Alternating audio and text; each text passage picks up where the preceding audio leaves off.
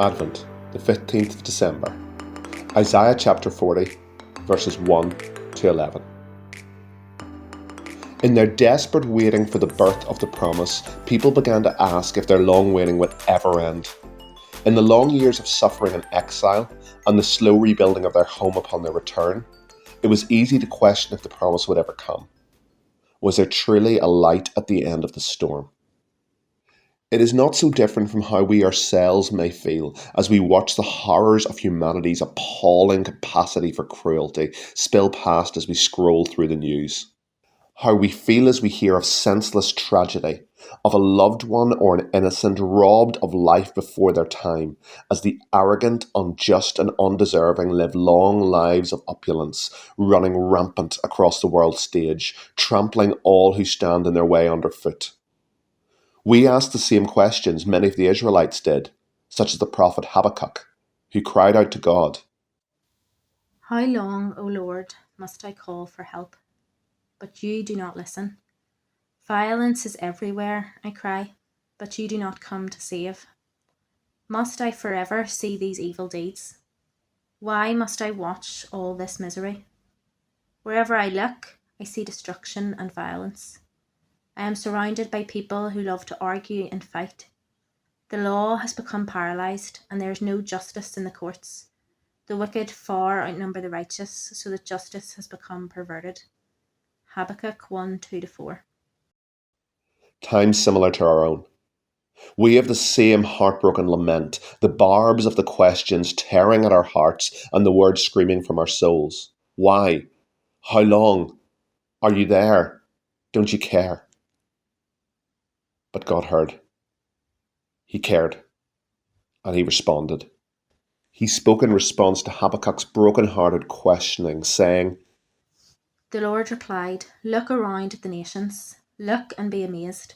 For I am doing something in your day, something you wouldn't believe even if someone told you about it.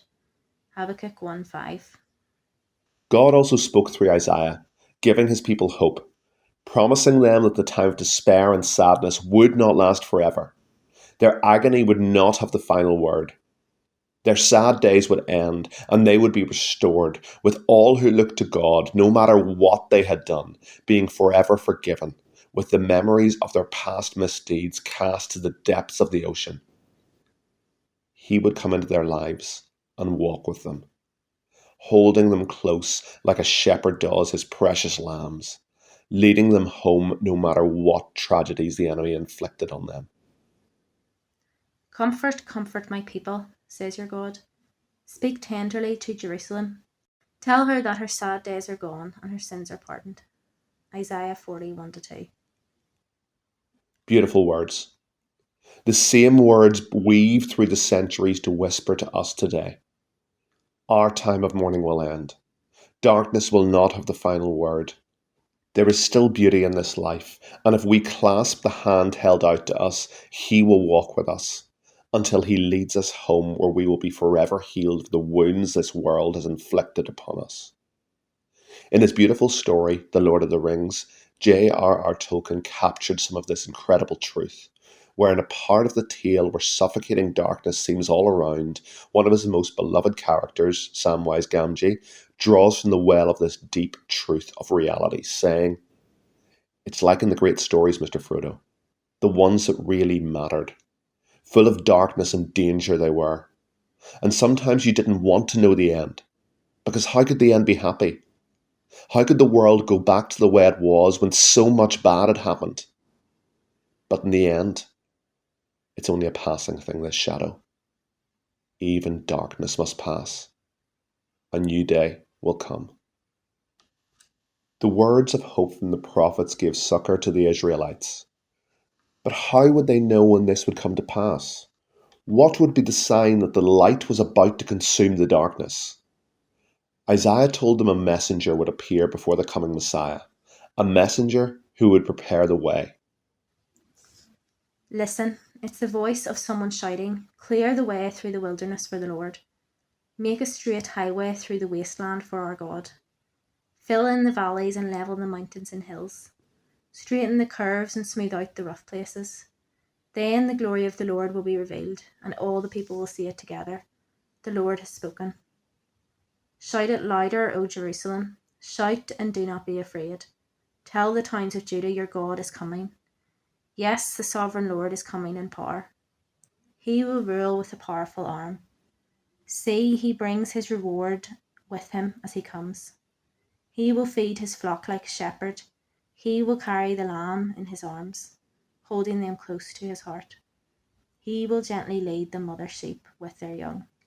Isaiah 43-11. Someone was coming who would speak in the places parched for the rains of justice, places where the rhythms of hope were a forgotten melody, places that were abandoned wastelands marred by pain and tragedy.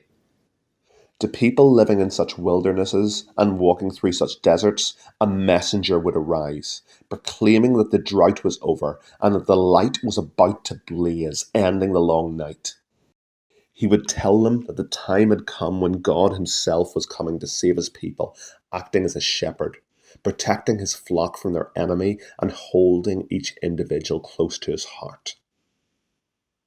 Generations after Isaiah, an old priest would stand in the temple, running through religious rituals that had been handed down faithfully from parent to child for centuries. He did not expect God to speak. He had not spoken for 400 years, with the last prophets a distant memory. The priest had been born into a parched land, a wilderness that had not seen miracles of God for longer than any had been alive. His land was ruled by a foreign empire through a cruel puppet king. The time of prophets and miracles seemed past. That sort of thing did not happen anymore. Suddenly, the room he stood in burst with light, and for the first time in 400 years, God spoke. His wife would bear a son in her old age. A miracle just like the one that had once happened to Abraham. God spoke to the old priest, telling him that the promise to Abraham of salvation for all humanity was finally about to be fulfilled. Slavery had not crushed the dream. Rebellion had not crushed it. Exile had not crushed it. Years of silence had not crushed it. The enemy had failed to curse humanity for eternity, and his defeat approached. The message of hope must again be declared. The old man's coming son would be a messenger, preparing the way for the light that was about to burst forth. His son would point to the Messiah. The old priest did not believe it, just as Abraham's wife had not believed in the impossible promise of a child. But just as before, the miracle came to pass because it depended on God and not man.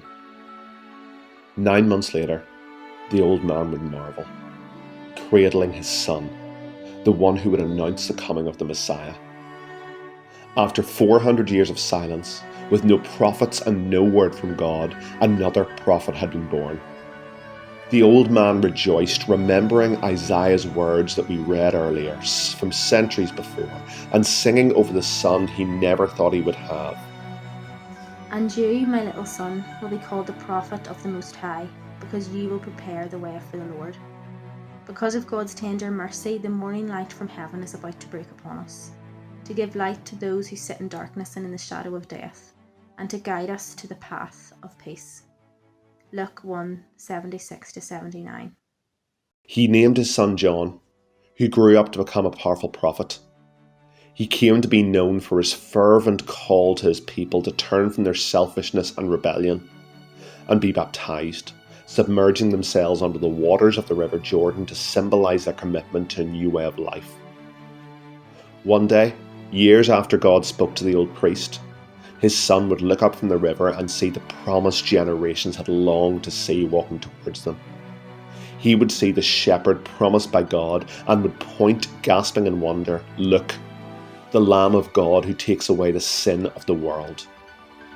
The promise had come. One day, this Lamb of God will return, and it will again be after a long period of desperate waiting and longing where many doubt he will ever come. And again, it will be into a world that seems parched, dying and desperate, filled with injustice, pain and tragedy. We are called to act as John the Baptist once did, calling on those around us to listen, to hear the call of God before it is too late. We are called to not give up. We are called to shout as John did 2,000 years ago. Prepare the way for the Lord. Your God is coming soon. Will we doubt like the old priest once did? Or will we take up the call as his son chose to do?